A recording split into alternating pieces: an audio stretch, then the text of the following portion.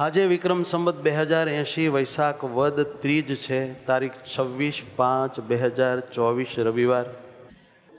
વાલા ભક્તો, આવો આપણે નજીક થઈએ. ભાગ 50 અન્નકૂટ. એક નાની એવી વાર્તા છે, અમારે તમારે બધાને સમજવા જેવી છે. ટૂંકો સાર કહું તો એસોસિએશનમાં જે મજા છે તે છૂટા પડી જવામાં નથી. સંગઠિત રહેવું, સંપીને રહેવું, અરસપરસ ભાઈચારાથી રહેવું, એકબીજાને સુખ આપવાની, સાનુકૂળ થવાની દિલમાં ભાવના રાખવી, એ જ સાચી માનવતા છે. અને એનાથી જ મોક્ષ માર્ગે આગળ વધાય છે, આપણા દોષો ટળે છે અને પ્રભુ સુધી પહોંચાય છે. નાની હુની વાત નથી.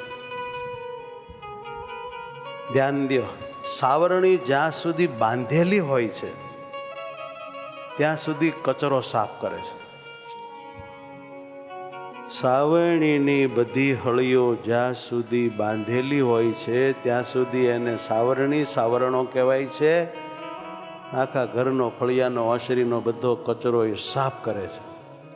પરંતુ આ જ સાવરણી જ્યારે વિખાઈ જાય છે ત્યારે ખુદ કચરો બની જાય છે.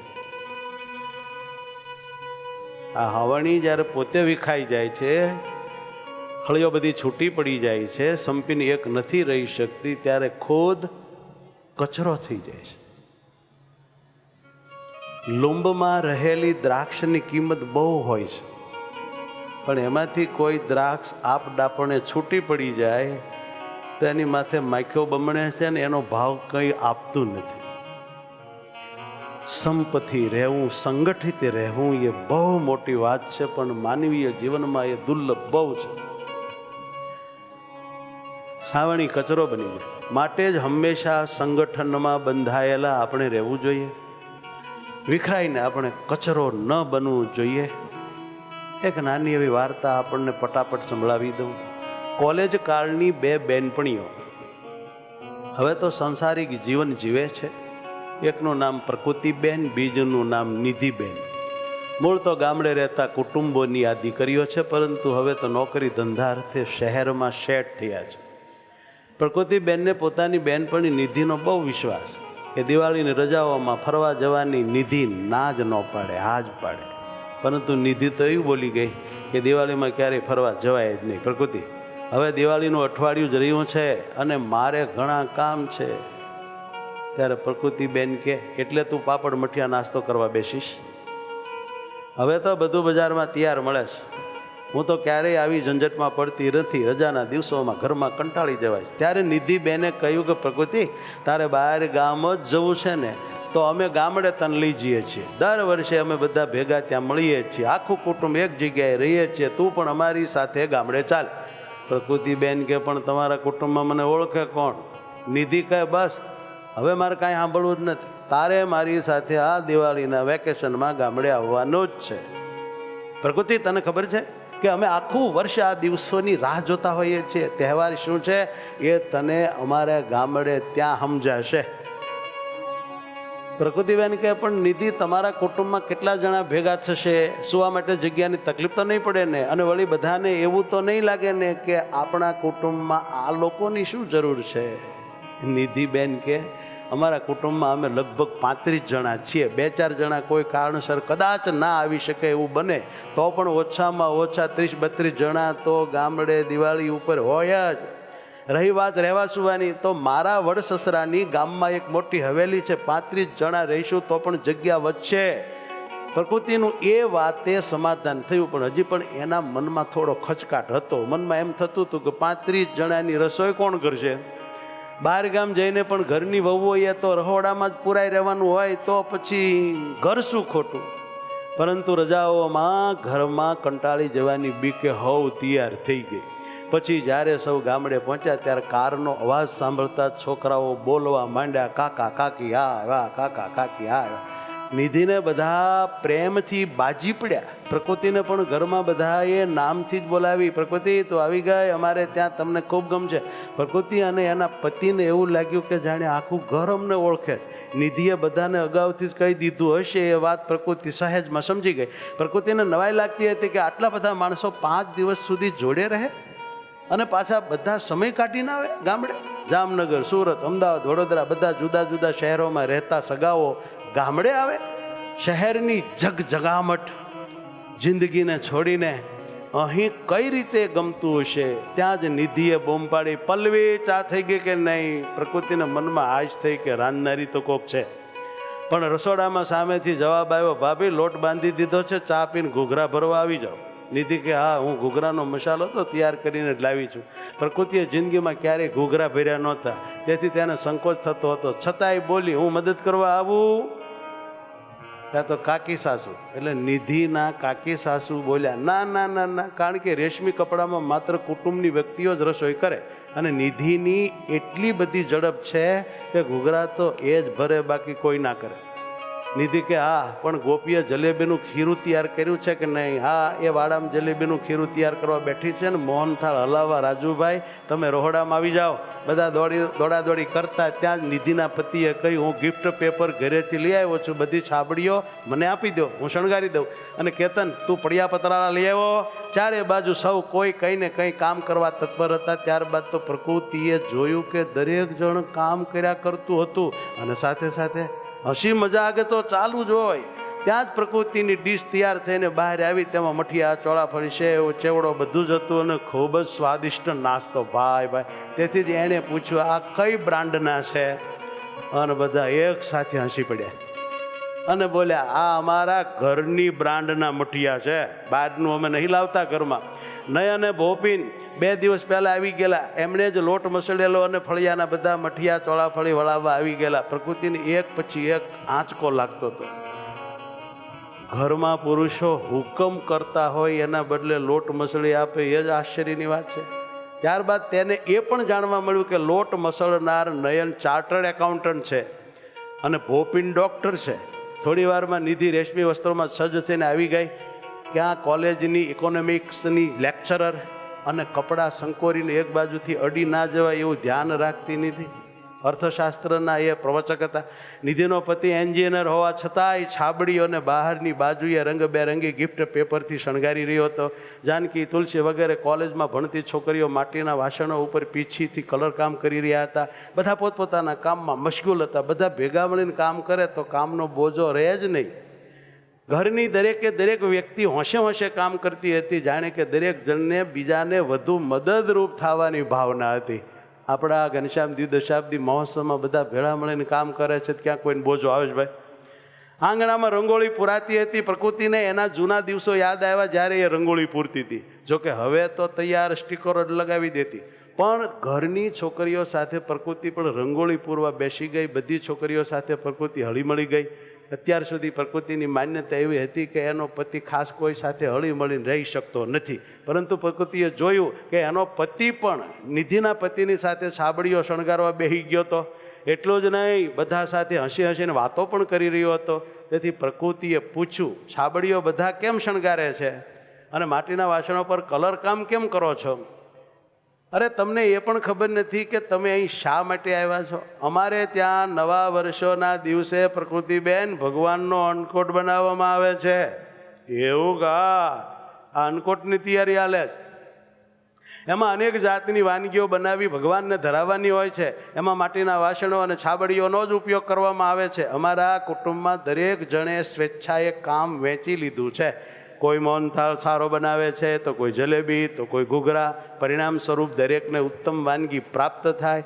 જામનગરવાળા કાકી સૂકી કચોરી સરસ બનાવે છે, સુરતવાળા કાકી ભજીયા સરસ બનાવે છે. તેથી ભગવાનને ઉત્તમ વાનગીઓ પીરસી શકાય. પ્રકૃતિબેનને આ બધું જોવા જાણવાની મજા પડી ગઈ. હવે પ્રકૃતિને એવું લાગતું હતું કે વિવિધ વાનગીઓ આરોગી ઈશ્વર રાજી થતા હશે, પરંતુ અહીં વિવિધ પ્રકારની વ્યક્તિઓ ભેગી થઈ જે આનંદ લૂંટે છે એ આનંદ અદ્ભુત છે. જ્યાં જુઓ ત્યાં પ્રેમ જ દેખાય છે. આ વાતાવરણ નિર્માણ કરવું કે થવું અઘરું છે. જ્યાં જુઓ ત્યાં પ્રેમ જ દેખાય છે. પ્રકૃતિએ પૂછી લીધું કે તમે અન્નકૂટ કેટલા વર્ષોથી કરો છો? અન્નકૂટ ઘેર કરાય એ જ મને તો નવાઈ લાગે છે. અમે અન્નકૂટના દર્શન કરવા જઈએ છીએ મંદિરે, ભેટ મૂકીએ અને પ્રસાદ લઈને ઘેર આવીએ. ત્યારે નિધિબેને કહ્યું, પ્રકૃતિબેન, અમે બાપ દાદાના વખતથી ઘરે અન્નકૂટ કરીએ છીએ. દાદાની ઈચ્છા હતી કે અન્નકૂટ ક્યારેય બંધ ના કરવો. ઘરના દરેક સભ્યએ બને તો હાજર રહેવું અને બેસતા વર્ષે જ કરવો. તેથી નવું વર્ષ ઘરના બધા સભ્યો સાથે મળીને ઉજવે, નૂતન વર્ષનો આરંભ કરે, સંપને આત્મીયતા વધે. બાકી દાદા ભવિષ્ય જોઈ શકતા હતા, બહુ ભણેલા તો નહોતા. બધા ભણેલા ગણેલા અને વેપાર ધંધામાં રચા પચા રહેનાર ક્યારેય એકબીજાને મળી શકશે નહીં એવું દાદાએ તે દિવસે જોઈ લીધેલું. અને એમના દીકરા દીકરીઓ એકબીજાને ઓળખશે પણ નહીં એવું દાદાને ફીલ થયું, કેમ જે આગળ એવો દોડધામનો જમાનો આવશે. દાદાની ભાવના ઉચ્ચ હતી એ બધા સમજી ગયા હતા. આજે દાદા હયાત નથી પણ તેમની ઈચ્છા મુજબ બધું થઈ રહ્યું છે. પછી અન્નકૂટને દિવસે અન્નકૂટની આસપાસ દીવા કરાયા, રંગોળી પુરાય, પાણીમાં દીવડા તરતા મુકાયા, આરતીની થાળી સુંદર રીતે શણગારવામાં આવી. હવે પ્રકૃતિને ગામ છોડવાનું મન થતું નથી. જેને ગામડે આવવું ગમતું નહોતી, હવે એને ગામ મૂકવું ગમતું નથી. આટલા વર્ષોમાં પહેલી વાર આટલી સરસ રીતે એને દિવાળી માણી. એને સમજાયું કે આવી આત્મીયતા ક્યાંય જોવા નહીં મળે. અહીં તો ભગવાનને વાનગીઓ આરોગવા આવવાની ઈચ્છા જરૂર થાય એવું વાતાવરણ છે. બીજા દિવસે છૂટા પડતી વખતે પ્રકૃતિ નિધિના કાકી સાસુને પગે લાગતા બોલી કે કાકી, આવતા વર્ષે અમે જરૂરથી આવશું, પણ મહેમાન બનીને નહીં હો કાકી, આ ઘરના સભ્ય બનીને આવશું ને અન્નકૂટમાં સેવા કરશું. કહેતા પ્રકૃતિની આંખમાંથી આંસુ પડી ગયા અને ધૂસકે રડી પડી. એને હવે અન્નકૂટનો અર્થ સમજાઈ ગયો હતો.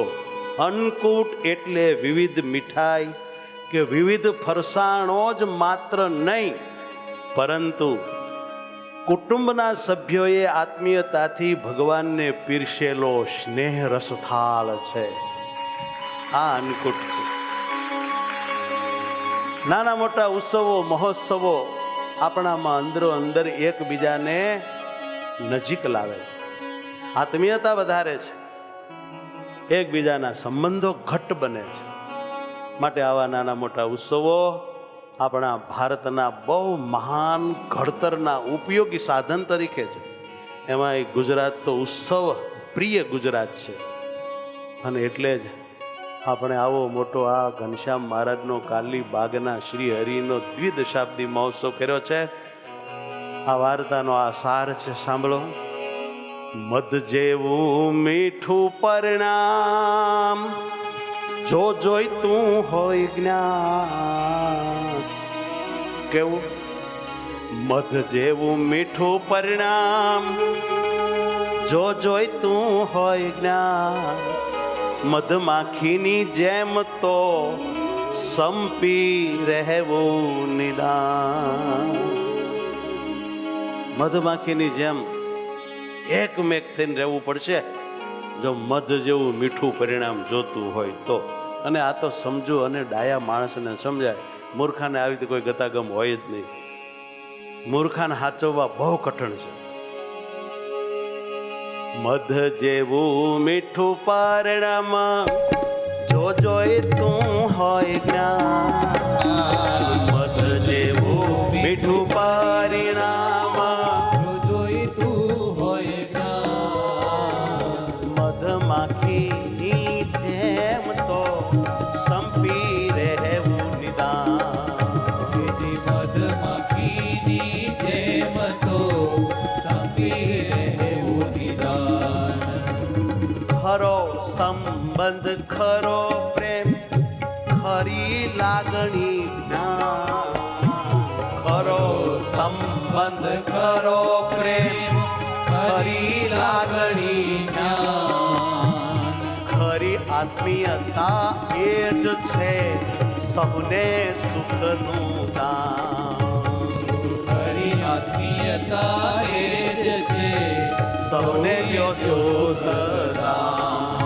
એથી ખરી આત્મીયતા એ જ છે સૌને દ્યો સુખદાન. ખરી આત્મીયતા એ જ છે સૌને જો સુખદાન. એ જ નિજની વહાલી વ્યક્તિના સુખમાં અનુભવો સુખ.